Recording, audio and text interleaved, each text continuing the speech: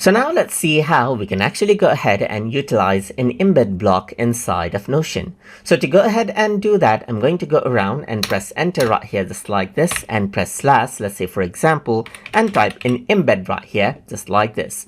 Once you go ahead and do that, you can go ahead and let's say for example, paste a link. In my case, I'm pasting a YouTube link, so I'm just going to go ahead and click on embed right here. And you can see that the YouTube video has been embedded over here. Similarly, I can go ahead and type in slash and type in embed right here just like this. And I can go ahead and embed out different things like PDFs, Google Drive, or even Google Maps or CodePen, as you can see right here. Let me just type in www.wikipedia.org right here just like this. Let me just go ahead and embed out the link. It says it could not be loaded. So not everything is actually actually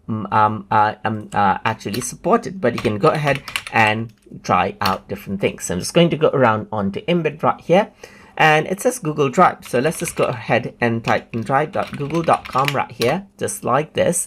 And then I have access to my Google Drive right here, just like this, as you can see. So let me just go ahead right here and then copy out this drive link. So let's just go ahead and copy out the link for this document, paste this out and click on embed, and you can see that it has embedded the Google Docs file. So you can see that this is what you have. So the Google Docs is embedded onto your note right here.